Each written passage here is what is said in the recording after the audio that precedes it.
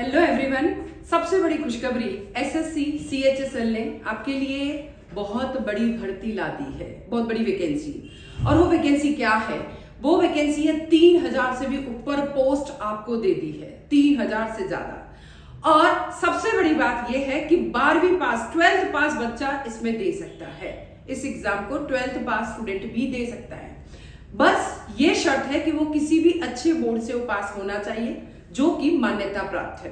बाकी कोई टेंशन नहीं है।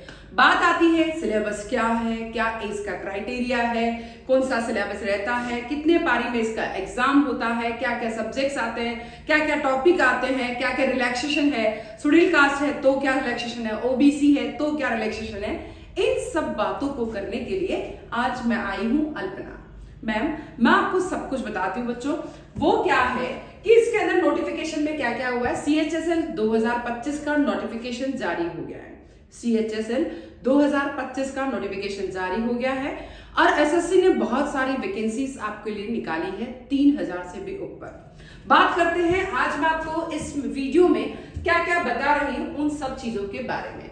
मैं बात करती हूँ सबसे फर्स्ट आपके लिए कि अगर जो है, पहले मैं आपके लिए बताऊंगी वैकेंसी डिटेल, यानी वैकेंसी कितनी कितनी आई है, लास्ट ईयर कितनी थी, इस साल कितनी आई है, इंपॉर्टेंट डेट्स क्या है कि भाई किस फॉर्म को किस डेट को भरना है, लास्ट डेट क्या है, कब आप पैसा डिपॉजिट करा सकते हो, या फिर कब जो है आपको वेरिफिकेशन होगा, पेमेंट कब होगा, लास्ट डेट क्या है, एग्जाम कब होगा, इन सब चीजों के बारे में, फीस कितनी है, इन सब चीजों के बारे में, एजुकेशनल क्वालिफिकेशन यानी क्वालिफिकेशन क्या होनी चाहिए अगर आपको एग्जाम देना सीएचएसएल का, तो ठीक है, एज लिमिट क्या होनी चाहिए, कितनी एज है हो तो आप एग्जाम दे सकते हो, हाउ टू अप्लाई कैसे करना है, रिजर्वेशन का कोटा क्या है ओबीसी के लिए, एसएसटी के लिए, ठीक है, और जो है सबसे पहले बात शेड्यूल कास्ट के लिए स्कीम ऑफ द एग्जामिनेशन क्या है, पैटर्न क्या है, सिलेबस क्या है, skill test and cut off analysis, इन सबको करने के लिए आज अपन इकट्ठे हुए हैं।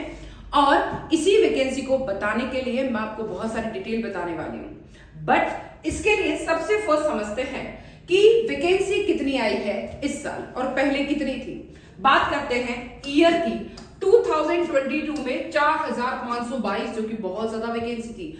रीजन ये था कि एसएससी ने कुछ जो पोस्ट थी वो जो है सीजीएल से निकाल के और आपको दे दी थी सीएचएसएल के अंदर, इसीलिए इसमें थोड़ी ज्यादा पोस्ट थी। बट वापस 2023 में आते वापस वो पोस्ट सीजीएल में कर दी थी, इसीलिए क्या हुआ था, जो वैकेंसीज है वो कम हो गई थी। फिर 2024 में 3421 पोस्ट थी जो कि अच्छी थी, और 2025 में जो सीएचएसएल की पोस्ट निकाली है वो 3131 पोस्ट निकाली। कितनी निकाली है? 3131 पोस्ट।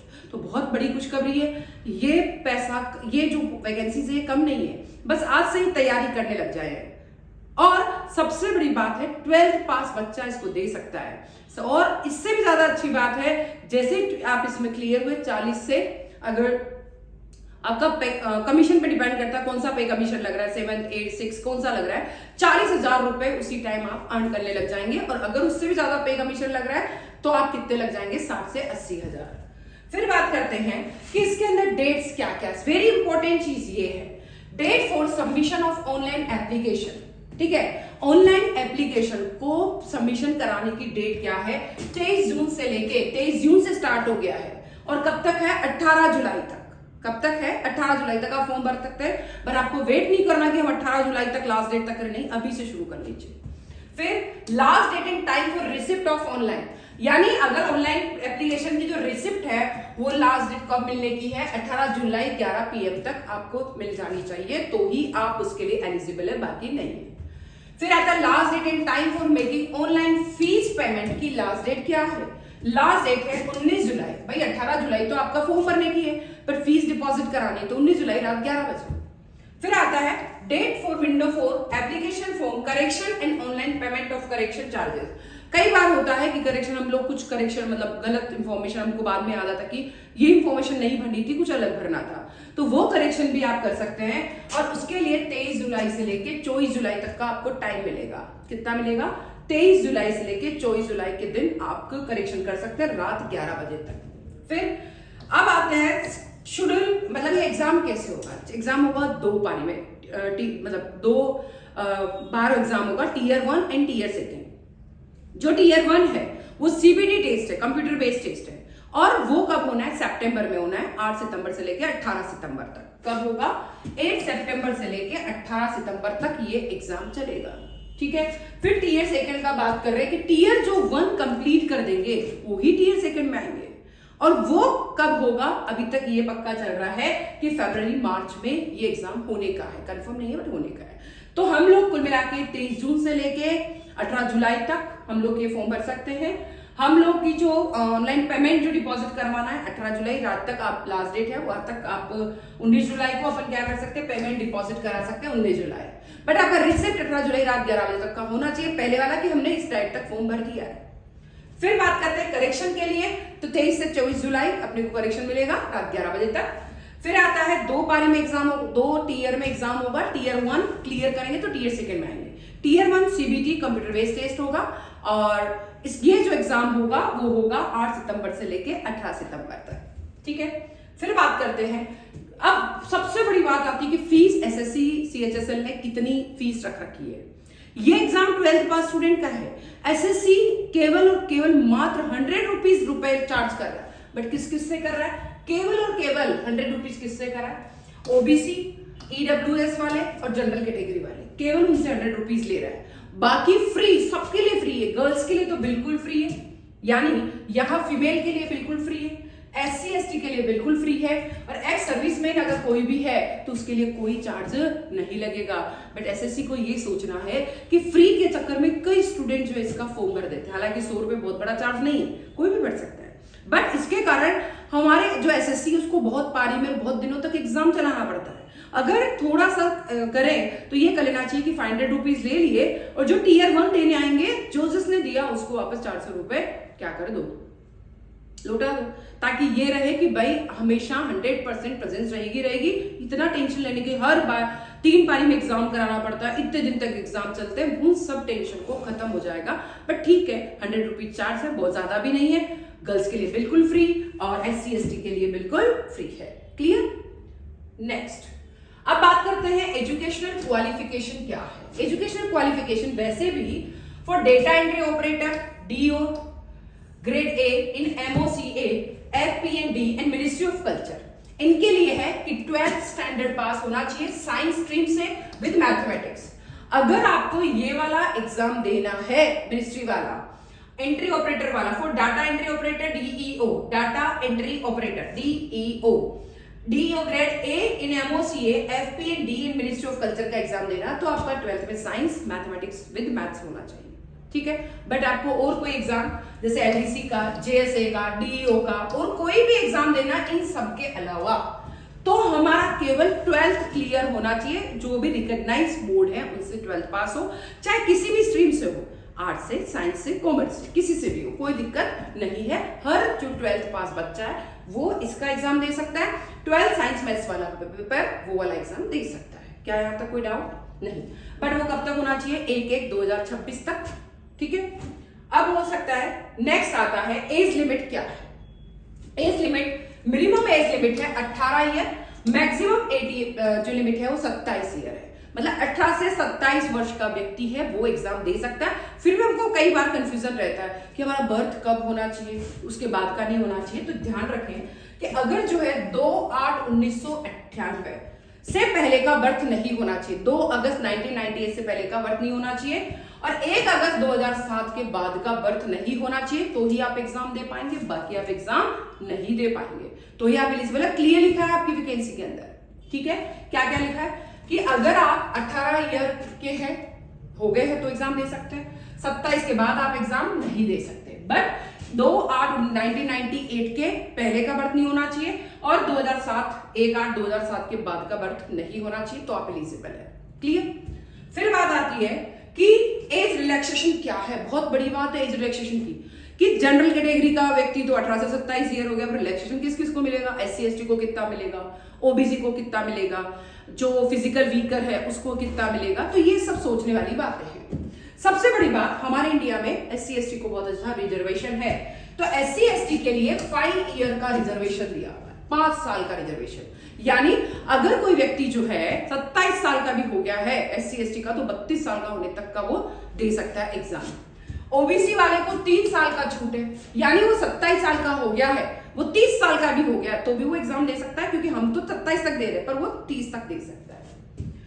पर्सन विथ डिसेबिलिटीज, अगर वह बिना मतलब फिजिकल डिसऑर्डर है, फिजिकल डिसेबिलिटी है बट वो रिजर्वेशन में नहीं आता है, तो वह उसको 10 साल की छूट मिलेगी, यानी 37 ईयर का है तब भी वह उस एग्जाम को दे सकता है। ऐसा व्यक्ति जो फिजिकल डिसऑर्डर है बट वह ओबीसी का है, तो उसको 13 साल की छूट है। 10 + 3 13 साल, 3 तो वैसे ही मिल रहा था, 10 और 3 मिल गए 13। और अगर SC ST का और फिजिकल डिसऑर्डर है तो 10 तो मिल ही रहा है, 5 साल और, यानी 15 साल का रिजर्वेशन मिल सकता है 1/8/2025 के अकॉर्डिंग। क्लियर? फिर अपन बात करते हैं, यस मेन बात आती है कि कौन कौन से डॉक्यूमेंट लेने चाहिए। अगर वह SC ST का है तब क्या होगा, ओबीसी का है तब क्या होगा। कई स्टूडेंट सोचते हैं कि हम तो 18 जुलाई के बाद जो है आराम से जो है डॉक्यूमेंट बनवा लेंगे SC ST का, ओबीसी का, बट ऐसा नहीं सोचना है। हमें पहले से ही डॉक्यूमेंट बना के रख लेना है, सर्टिफिकेट बना के रख लेना है। हालांकि SC ST का जो सर्टिफिकेट है वो तो लाइफ टाइम काम चलेगा, लाइफ टाइम काम आएगा, बट ओबीसी का जो रिजर्वेशन का अगर सर्टिफिकेट है तो आपका भले ही पहले का हो, पर ऐसा नहीं कि बहुत पहले का हो, 3 साल पहले तक का मान्य होगा, बहुत पहले का मान्य नहीं होगा।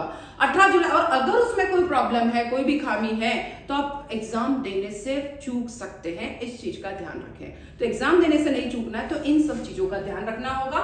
जाति प्रमाण पत्र ओबीसी SC ST आय प्रमाण पत्र द्वारा प्रेस्क्राइब फॉर्मेट में ही होना चाहिए। मतलब यानी अगर जो SSC और इसने जो CHSA जो भी निकाल रखा है उन्होंने वैकेंसी नोटिफिकेशन जो निकाल रखा है, उसकी जो प्रेस्क्राइब जो उसमें नोटिफिकेशन में लिखा है उसी के अकॉर्डिंग उसका फॉर्मेट होना चाहिए।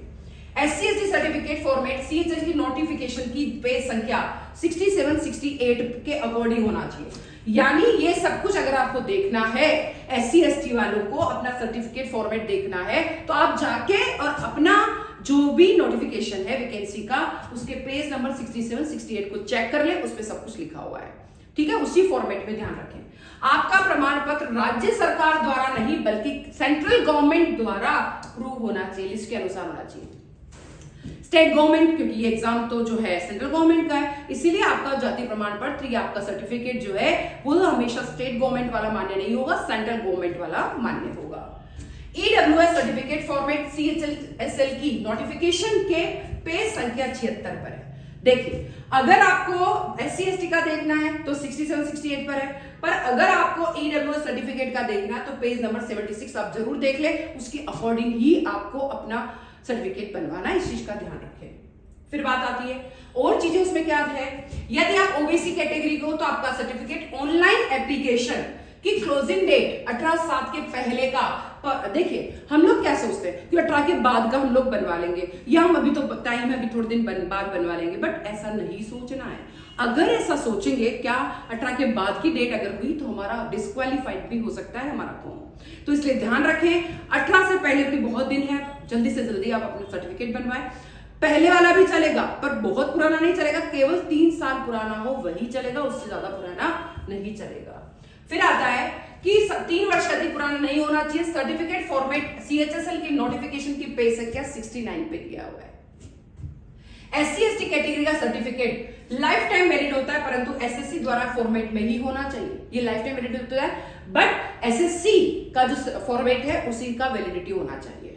ठीक है, इसी प्रकार यदि आप EWS कैटेगरी से अप्लाई करते हैं तो वित्तीय वर्ष 2024-25 के आधार पर आपके पास 2025-26 का आय प्रमाण पत्र, मतलब कुल मिला के आपको ये ध्यान रखना है कि EWS है तो आपको इनकम सर्टिफिकेट लेके आना है।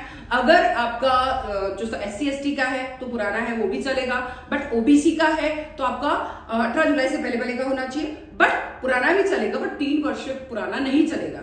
और चीज क्या ध्यान रखनी है, स्टेट गवर्नमेंट का नहीं होना चाहिए, सेंट्रल गवर्नमेंट की लिस्ट के अकॉर्डिंग होना चाहिए। इन चीजों का ध्यान रखना है। फिर बात करते हैं कि हमें अप्लाई कैसे करना है। अप्लाई करने के लिए सबसे फर्स्ट C1 टाइम रजिस्ट्रेशन, जिसे हम OTR बोलते हैं। SSC के लिए चाहे आप किसी भी चीज के लिए जाए, चाहे आप जो है CGL के लिए जाएं या CHSL के जाएं, मतलब मतलब कुल मिला के ग्रेजुएशन पास वाले एग्जाम के लिए जाएं या हायर सेकेंडरी पास वाले एग्जाम के लिए जाएं, किसी भी एग्जाम के लिए जाएं, आपका रजिस्ट्रेशन वन टाइम रजिस्ट्रेशन होगा, OTR, वन टाइम रजिस्ट्रेशन। इसमें पर्सनल डिटेल होगी, पासवर्ड क्रिएशन आएगा, उसके बाद पर्सनल डिटेल जैसे डालोगे तो पासवर्ड क्रिएशन हो जाएगा, फिर आपकी जो भी एडिशनल डिटेल वो मांगता है वो भरोगे, और उसके बाद आपका डिक्लेरेशन हो जाएगा कि आप लोग OTR में रजिस्ट्रेशन कर चुके हैं। वन टाइम रजिस्ट्रेशन जो SSC के लिए होता है वो रजिस्ट्रेशन आप लोग कर चुके हैं। उसके बाद पार्ट 2 में जब भी आप रजिस्ट्रेशन OTR हो जाएगा, अब आप किसके लिए भरना चाहते हैं? हम लोग जो है CGL के लिए भरना चाहते हैं, हम लोग CHSL के लिए भरना चाहते हैं। CHSL मतलब कंबाइंड हायर सेकेंडरी लेवल, ठीक है। तो उसके लिए किसी के लिए भी भरे तो पहले आपको कैंडिडेट इंफॉर्मेशन भरनी है, फिर एडिशनल इंफॉर्मेशन भरनी है, डॉक्यूमेंट अपलोड करना है, फिर उसको देखना है और उसके बाद फॉर्म सबमिट करना है। ये 2 पार्ट में आपका क्या होगा, फॉर्म अप्लाई होगा। एक तो OTR वन टाइम रजिस्ट्रेशन कर लो, उसके बाद आप CGL का दे या CHSL का दे, आपकी इच्छा है। इस तरीके से आप फॉर्म भी भर सकते हैं, ठीक है।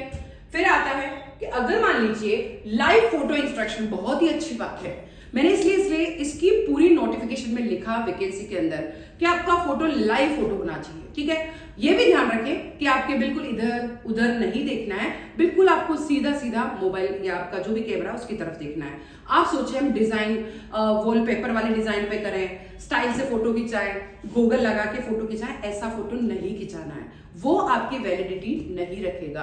आपको बिल्कुल सीधा खड़ा होकर फोटो खिंचाना है। अगर ब्लैक बेस है तो व्हाइट, और व्हाइट बेस है तो ब्लैक मतलब डार्क बेस पहन के आपको फोटो खिंचाना है। एक चीज और ध्यान रखें कि अगर फोटो खिंचाते हैं बाई चांस अगर आपका आधार से लिंक भी है तो फिर कोई दिक्कत नहीं आएगी, बट फोटो लाइव का पूरा ध्यान रखना है, अच्छा फोटो खिंचाना है, बिल्कुल मैच होना चाहिए आपके एग्जाम सेंटर से, क्लियर। और बिल्कुल no Google, no designing, no wallpaper, बिल्कुल प्लेन बेस होना चाहिए, ठीक है। फिर बात करते हैं कि अगर जो है ये एग्जाम का प्रोसेस क्या होता है। सबसे बड़ी बात है एग्जाम का प्रोसेस के लिए मैं आपको बताती हूँ, एक Tier 1 होता है। Tier 1 केवल एक क्वालिफाइंग एग्जाम होता है कि Tier 1 जैसे क्लियर करोगे Tier 2 में आ जाओगे। Tier 2 में पेपर दोनों में क्लियर एक ही जैसे होते हैं, reasoning, maths, general science and GS general knowledge, और then maths, reasoning, general knowledge, English, ये सब कुछ होगा वही है जो आपका CGL में है। थोड़ा सा लेवल का फर्क है, ठीक है। जो फर्स्ट ईयर है उसमें भी पेपर है, सेकंड ईयर है उसमें भी वही पेपर है। फर्स्ट ईयर क्लियर करेंगे जो कि कंप्यूटर बेस्ड टेस्ट होगा, वो क्लियर करेंगे तो आप सेकंड ईयर में आ जाएंगे। सेकंड ईयर के अंदर आपके ये चारों पेपर है जो कि 2 सेशन में होंगे। उसके बाद आपको क्या करना है, कंप्यूटर का टेस्ट देना है, जो Tier 2 रिटन टेस्ट और स्किल टेस्ट होगा। पोस्ट और देखो सबसे पहले आपको Tier 1 क्वालिफाइंग करना है, फिर आपको रिटन में टेस्ट होगा, फिर उसके बाद एक स्किल टेस्ट होगा। उसके बाद अब आपको अच्छा सा मतलब Tier 1 तो एक क्वालिफाइंग एग्जाम के हम Tier 2 में आ गए। जैसे Tier 2 के आधार पर क्या निकलेगी, मेरिट निकलेगी। अच्छे मार्क्स होंगे तो अच्छी पोस्ट के लिए जाएंगे, मीडियम मार्क्स होंगे तो मीडियम पोस्ट, और लोअर होंगे तो लोअर पोस्ट के लिए जाएंगे, ठीक है। फिर बात करते हैं, ये सब बात करने के बाद हम क्वालिफाइड हो गए हैं, उसके बाद हमको पोस्ट मिलने वाली जो हमने बता ही दिया, प्रेफरेंस कैसी है, अच्छे मार्क्स के अकॉर्डिंग पोस्ट मिलेगी। फिर आता है डॉक्यूमेंट वेरिफिकेशन, कि आपके डॉक्यूमेंट है, अगर आपने SC ST भर रखा है, OBC भर रखा है, मार्कशीट है, ये सब डॉक्यूमेंट वेरिफिकेशन होगा। और उसके बाद आपको क्या मिल जाएगी, 40 से लेके 80,000 तक की पोस्ट मिल जाएगी, ठीक है।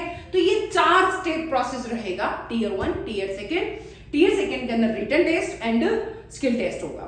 फिर जो है पोस्ट मार्क्स के अकॉर्डिंग, मेरिट के अकॉर्डिंग मिलेगी, और फिर डॉक्यूमेंट वेरिफिकेशन DV जिसे शॉर्ट फॉर्म में कहा जाता है। फिर हम बात करते हैं ये जो CBT 1 है उसमें क्या तो पेपर है, कैसे मार्क्स आएंगे, कैसे क्वेश्चन होंगे, कितने क्वेश्चन का होगा, नेगेटिव मार्किंग होगी या नहीं होगी, ये सब भी पढ़ना है। बात करते हैं सब्जेक्ट्स, रीजनिंग है, जनरल अवेयरनेस है, क्वांटिटेटिव एप्टीट्यूड जिसे मैथ्स कहते हैं, और इंग्लिश का पेपर होगा। अब बात करते हैं क्वेश्चंस। हर एक सब्जेक्ट के जो क्वेश्चन है वो 25-25 क्वेश्चन होंगे। रीजनिंग में भी 25, जनरल अवेयरनेस यानी जो GK GS में भी वही 25, और इसमें भी 25, और इंग्लिश में भी 25 होंगे। हर एक क्वेश्चन 2-2 मार्क्स का होगा, इसीलिए ये भी 50 मार्क्स, ये भी 50, ये भी 50 और ये भी 50 मार्क्स का होगा। बट 100 क्वेश्चन है और 200 मार्क्स का क्या हो जाएगा, पेपर हो जाएगा। 100 क्वेश्चन 200 मार्क्स का पेपर। नेगेटिव और कितना टाइम मिलेगा, 60 मिनट यानी 1 घंटे का टाइम पूरा मिलेगा आपको, 1 घंटे का टाइम। 1 घंटे में आपको 100 क्वेश्चन निपटाने हैं। क्या नेगेटिव मार्किंग है या नहीं है? यस, नेगेटिव मार्किंग है। हर क्वेश्चन गलत करने पर 0.5 मार्क्स आपका काटा जाएगा, यानी आधा मार्क्स आपका काट देंगे। क्लियर? यहां तक कोई डाउट? तो वही 4 सब्जेक्ट है। कौन कौन से? जीके, जीएस, मतलब वही जीके जीएस हो गया, देन मैथ्स हो गया, क्वांटिटेटिव एप्टीट्यूड, रीजनिंग हो गया, इंग्लिश हो गया, जो हम लोग सब कुछ आपके जनरल जो आपका नॉलेज जंक्शन वो सब कुछ पढ़ाते हैं। फिर अपन बात करते हैं कि टीयर सेकंड क्या है। अगर आप टीयर 1 क्वालिफाई होंगे तो ही टीयर सेकंड में आएंगे, बाकी आप आ ही नहीं सकते। तो मतलब आपके टीयर 1 का एग्जाम देते रिजल्ट देते क्लियर हो जाएगा कि आपको टीयर सेकंड पढ़ना है। अब उसके लिए क्या है वो सोचते हैं। इसमें मैंने आपको थोड़ा उल्टा सीधा लिखा है, थोड़ा समझ ले। ये 2 सेशन में होगा, ठीक है? 2 सेशन में फर्स्ट सेशन जो है उसमें क्या आएंगे, फर्स्ट सेशन की अगर बात करते हैं तो फर्स्ट सेशन में क्या क्या पेपर आएंगे, मैथ्स एंड रीजनिंग।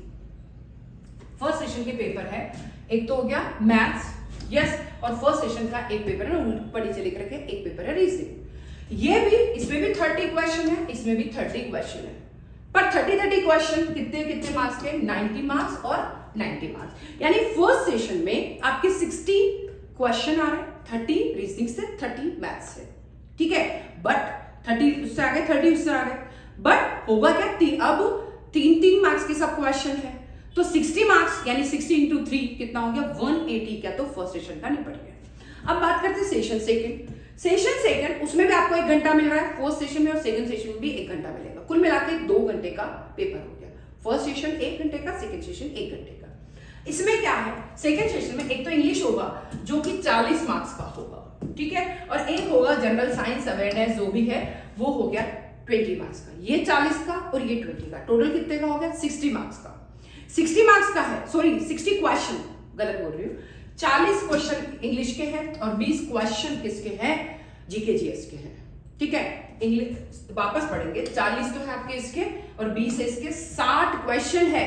60 इंटू 3 कितना हो गया है, देखिए यहां था, यहां पे भी 60 और यहां पे भी 60 है, तो यहां देखिए 60 इंटू 3 180, फिर 60 इंटू 3 180, कुल मिला के 360। 60 इंटू 3 180, 60 इंटू 30 के वहां थे मैथ्स और रीजनिंग के, और 40-20 यहाँ थे, तो 60 उधर है, वहां पे भी 1 घंटा मिल रहा है, 60 इधर है, यहाँ पे भी 1 घंटा मिल रहा है, वहां 30-30 का रेशो है, यहाँ 40-20 का रेशो है, वहां 3-3 नंबर के सब क्वेश्चन है, यहाँ पे भी 3-3 नंबर के सब क्वेश्चन है। समझ में आ गया? फिर बात करते हैं कि ये 90 मार्क्स का हो गया, इंटू 3 कर दिया, ये भी इंटू 3 कर दिया, ये भी इंटू, यानी हर एक क्वेश्चन कितने का हो गया, 3-3 मार्क्स का। क्लियर? ये तो हो गई अपनी क्वेश्चन की बातें, और किसकी बातें, 60-60 यानी 40-30, 30 और 30 60, 30 और 30 60, ठीक है? 60-60 120 तो क्वेश्चन है, 3-3 मार्क्स का एक क्वेश्चन है, इसलिए 360 का कुल मिला के आपका पेपर हो गया, ठीक है? तो कुल मिला के क्वेश्चन कितने हो गए हैं, 120 क्वेश्चन तो हो गए आपके, 60 और 60 120, ठीक है? और 120 इंटू 3 360 मार्क्स का पेपर हो गया। अब बात करते हैं, ये तो हो गया टीए सेकंड की जो आपके रिटर्न वाले एग्जाम है। अब क्या करना है, कंप्यूटर का भी एक पेपर होगा, वो भी आपको क्लियर करना है, वो भी आपको क्लियर करना है कंप्यूटर का पेपर, बट वो क्वालिफाइंग है, ऐसा नहीं कि उसमें नंबर लाने हैं, उसका मार्क्स नहीं जुड़ेगा। फिर आपका स्पीड टेस्ट होगा कि डाटा एंट्री आप कैसे करते, स्पीड कितनी है आपकी, क्योंकि आप उसके लिए भी जा रहे हैं। क्लियर? फिर बात करते हैं अपन, यस, रीजनिंग। अब इसका सिलेबस क्या क्या है, सिलेबस की बात करते हैं। रीजनिंग क्लासिफिकेशन है, नंबर एनालॉजी है, कोडिंग डिकोडिंग है, पेपर फोल्डिंग मेथड है, सिलोजिज्म है, वर्ड फॉर्मेशन है, वेन डायग्राम, हमारे नॉलेज जंक्शन है, मैंने सब कुछ पढ़ा रखा आपको। डायरेक्शन एंड डिस्टेंस है, ब्लड रिलेशन है, मैथमेटिकल ऑपरेशन है, नॉन वर्बल रीजनिंग है, सीटिंग अरेंजमेंट है, फिगर काउंटिंग है और सीरीज है। ये सब रीजनिंग का आपका सिलेबस है। रीजनिंग में बहुत ज्यादा डिफरेंस नहीं है, थोड़े से एडवांस है सीजीएल का, बट उतने ही है। हम तो उसी तरीके से पढ़ाते हैं कि दोनों ही सिलेबस आपके कवर हो जाए। फिर अपन बात करते हैं इंग्लिश का। इंग्लिश में spot the error, fill in the blanks, synonyms, फिर एंटोनिम्स, स्पेलिंग्स, डिटेक्टिंग, फिर आ गया आपका phrases, one word substitution, improvement of sentences, बहुत टिपिकल है ये वाला, active passive voice, conversation into direct indirect, फिर आ गया सेंटेंस पार्ट्स को सफरिंग करना, shuffling of sentence in a passage, फिर क्लोज पैसेज, कॉम्प्रिहेंसिव पैसेज, ये सब आपका इंग्लिश का सिलेबस है। इंग्लिश की तैयारी भी बहुत अच्छे से करें। मैथ्स सिंप्लीफिकेशन हो गया, वही सीजीएल का लगभग वही है। हम तो आप जो भी नॉलेज जंक्शन में पढ़ाते हैं हम दोनों की तैयारी करवाते हैं। ऐसा नहीं कि हम लोग केवल जो है सीजीएल के हिसाब से पढ़ा रहे हैं, सीएचएसएल के हिसाब से पढ़ा रहे हैं, क्योंकि बच्चा मैक्सिमम जो भी जिसने ग्रेजुएशन किया है, जो ग्रेजुएशन वाला बच्चा वो दोनों एग्जाम देने की तैयारी करता है। तो इसीलिए मैं आपको दोनों तरफ सारे मतलब बेसिक टू एडवांस करते हैं।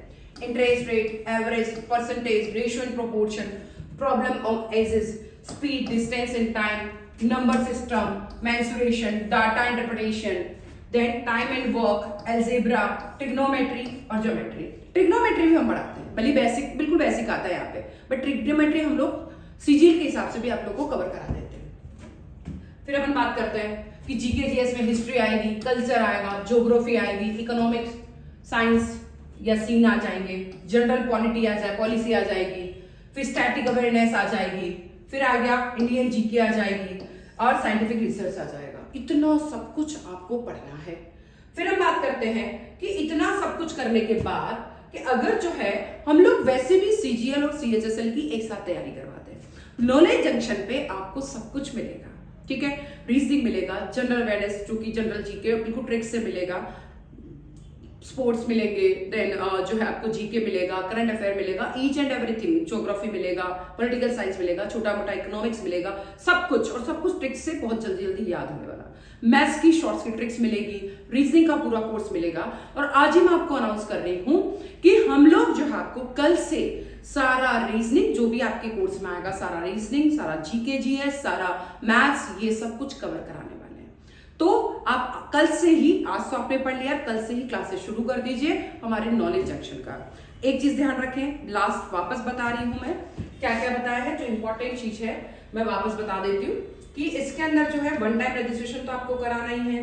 ये आपके लिए 18 से 27 ईयर है। क्वालिफाइंग के लिए आपका 12th पास होना ही जरूरी है। फिर मैंने आपको बताया कि कल 100 रुपीज ही चार्ज है जनरल के लिए, फीमेल के लिए कोई चार्ज नहीं है, जो नौकरी कर रहा है उसके लिए कोई चार्ज नहीं है, एससी एसटी के लिए कोई चार्ज नहीं है। फिर मैंने बताया कि इसके अंदर 23 जून से ये शुरू हो गए थे और 18 जुलाई तक चलेंगे, बट आपको इंतजार नहीं करना, आज ही फॉर्म भरना है। फिर हम बात करते हैं 11 PM तक जो है ऑनलाइन जो एप्लीकेशन आपकी आ जानी चाहिए। फीस जो है, पेमेंट आपका जो है 19 जुलाई को रात 11 बजे तक हो जाना चाहिए। डेट ऑफ विंडो अगर आपको कोई करेक्शन करना है तो 23 जून से 24 जुलाई के बीच खुली रहेगी। और ये ध्यान रखें, टीयर 1 का 8 सितंबर से 18 सितंबर तक का एग्जाम है, इस चीज को पूरा ध्यान रखें, ठीक है। फिर बात करते हैं हमारे नॉलेज जंक्शन पे मेरे द्वारा जो भी क्लासेस हैं, और वैकेंसी कितनी है, 3131 वैकेंसीज है, बहुत अच्छी वैकेंसीज है। आज से पढ़ाई चालू कर दें और हमारी सारी क्लासेस को फॉलो करते रहें। फिर हम बात करते हैं हमने जो जो भी पढ़ा, यस, जितने भी आपकी क्लासेस है हमारे नॉलेज जंक्शन को पढ़ते रहे, लाइक शेयर सब्सक्राइब सब कुछ करते रहे, और कल से पढ़ाई चालू कर दे। हम रोज आपके लिए वीडियो लाते रहेंगे, रोज आप देख के हमको कमेंट करते रहे और क्या चाहिए वो आप हमें लिखते रहे। इसी तरीके से रोज आऊंगी, फिर आऊंगी। ऑल द बेस्ट, हमारी क्लासेस जरूर पढ़े।